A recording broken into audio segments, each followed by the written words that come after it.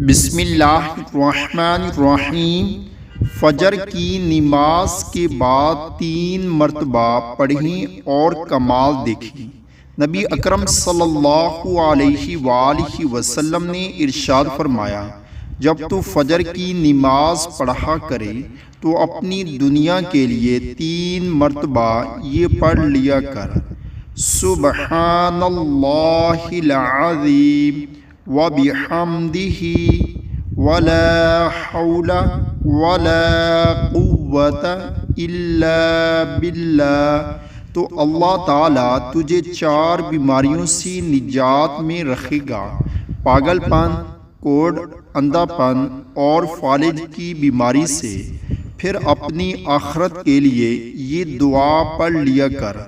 اللہ تعالی ہم سب کو بھی اس پر عمل کرنے کی توفیق عطا فرمائے، آمین۔